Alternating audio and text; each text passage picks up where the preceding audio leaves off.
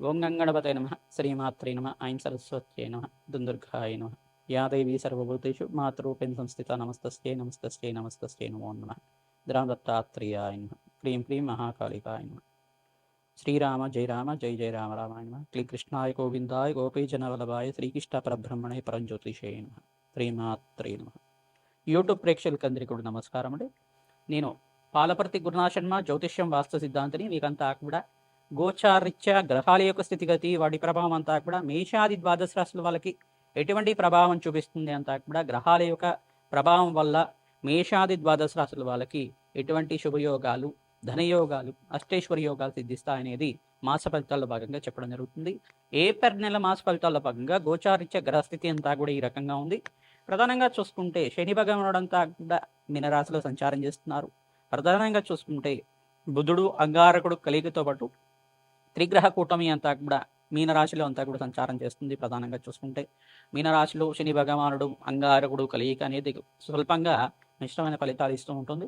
ప్రధానంగా ఇక్కడ కుంభరాశిలో అంతా కూడా రాహు చంద్రుడి యొక్క కలియిక జరుగుతుంది. సింహరాశిలో అంతా కూడా చూసుకుంటే కేతు యొక్క సంచారం అంతా కూడా జరుగుతుంది.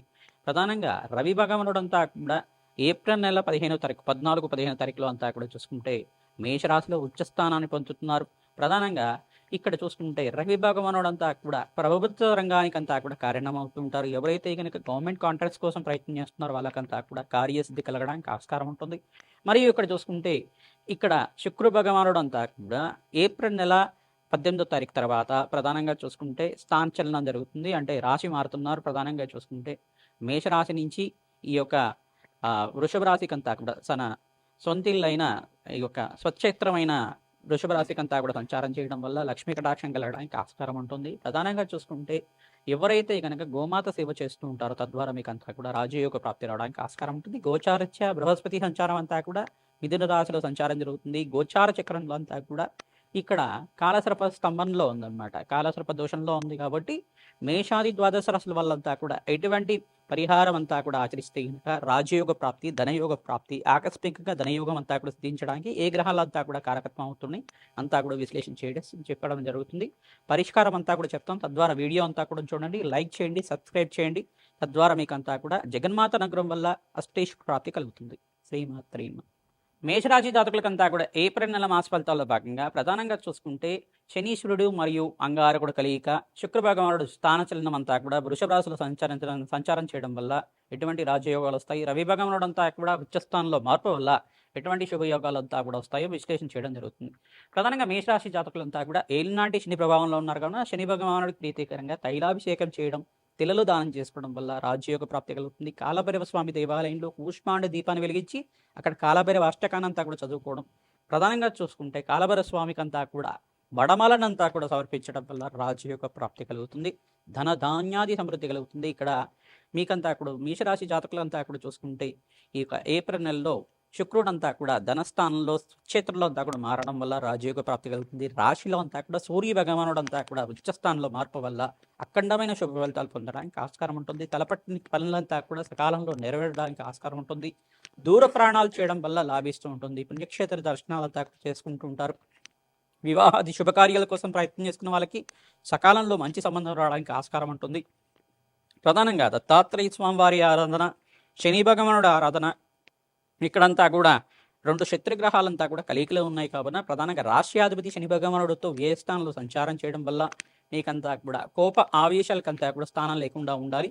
ప్రధానంగా చూసుకుంటే మాట అంతా కూడా విలువ పెరగడానికి ఆస్కారం ఉంటుంది. ప్రధానంగా చూసుకుంటే మీరు ఎక్కడైతే కనుక గొడవలు జరిగే సంఘటన జరుగుతుందో మీకంతా కూడా గొడవలు జరిగే అవకాశాలు ఉంటుంది. తర్వాత దీని నుంచి బయటపడడానికి మీరంతా కూడా ప్రధానంగా చూసుకుంటే మౌనాన్ని పాటించడం వల్ల తద్వారా మంచి ఫలితాలు పొందడానికి ఆస్కారం ఉంటుంది. తద్వారా రాజయోగ ప్రాప్తి కలుగుతుంది. మీరంతా కూడా ఈ యొక్క పెద్దలి యొక్క ఆశీర్వాదం మేరకంతా కూడా పెద్దల యొక్క సహాయ సహకారాలు తీసుకుంటే రాజయోగ ప్రాప్తి కలుగుతుంది. ధన ధాన్యాది సమృద్ధి కలగడానికి ఆస్కారం ఉంటుంది. ప్రతినిత్యం కూడా జగన్మాత అనుగ్రహం కోసం దేవీ ఖడ్గమాల స్తోత్రాన్ని అంతా కూడా పఠనం చేసుకోవడం వల్ల రాజయోగ ప్రాప్తి కలుగుతుంది.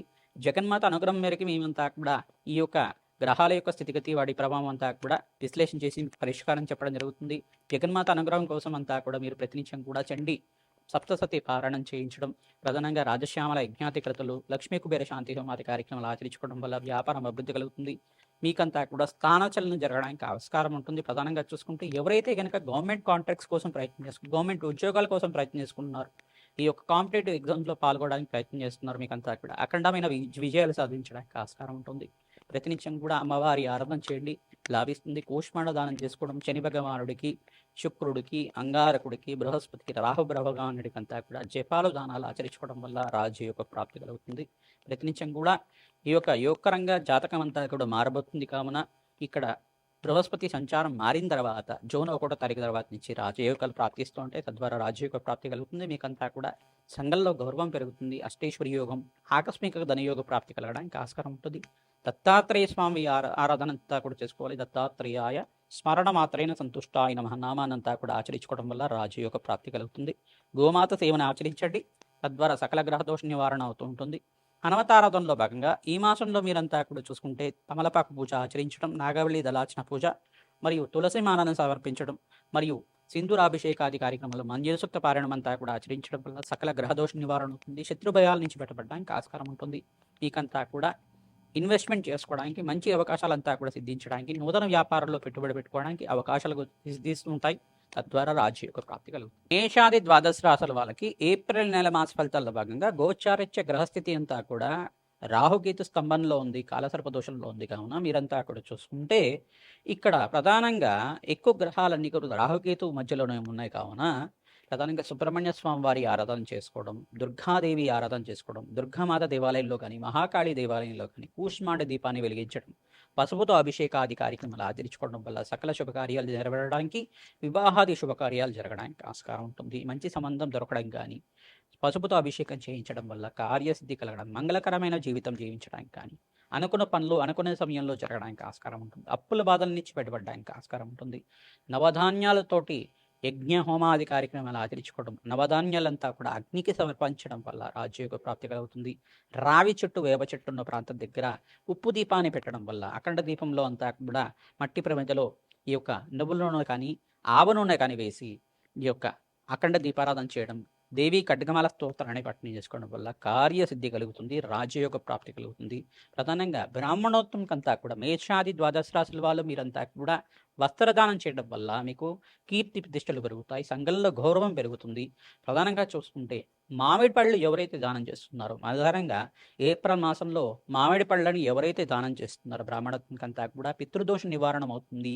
తద్వారా మీకంతా కూడా రాజయోగ ప్రాప్తి కలుగుతుంది, ఐశ్వర్యోగం సిద్ధిస్తుంది.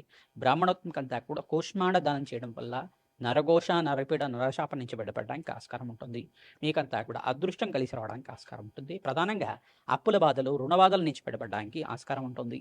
ప్రధానంగా ఇక్కడ అంగారకుడు, శనీశ్వరుడు కలియిక జరుగుతుంది. కావున స్వల్పంగా మనస్పర్ధలు జరగడం కానీ, మాట పట్టింపు జరగడం కానీ, కోప ఆవేశాలు జరగడం కానీ ఆస్కారం ఉంటుంది. కావున మనశ్శాంతంగా మీరంతా కూడా మౌనాన్ని పాటించడం వల్ల కార్యసిద్ధి కలుగుతుంది. సకాలంలో పని అంతా కూడా నెరవేరడానికి ఆస్కారం ఉంటుంది. దూర ప్రాణాలు చేయడం వల్ల లాభిస్తూ ఉంటారు. తద్వారా పుణ్యక్షేత్ర దర్శనాలంతా కూడా మేషాది ద్వాదశ రాశుల వాళ్ళు ఈ ఏప్రిల్లో అంతా కూడా పుణ్యక్షేత్ర దర్శనాలు చేసుకోవడం వల్ల, సీతారాముల కళ్యాణం అంతా కూడా ఆచరించడం వల్ల మంచి శుభకార్యాలు నెరవేరడానికి, అదృష్ట యోగం వల్ల లక్ష్మీ కటాక్షం సిద్ధించడానికి ఆస్కారం ఉంటుంది. శ్రీమాత్రే నమః.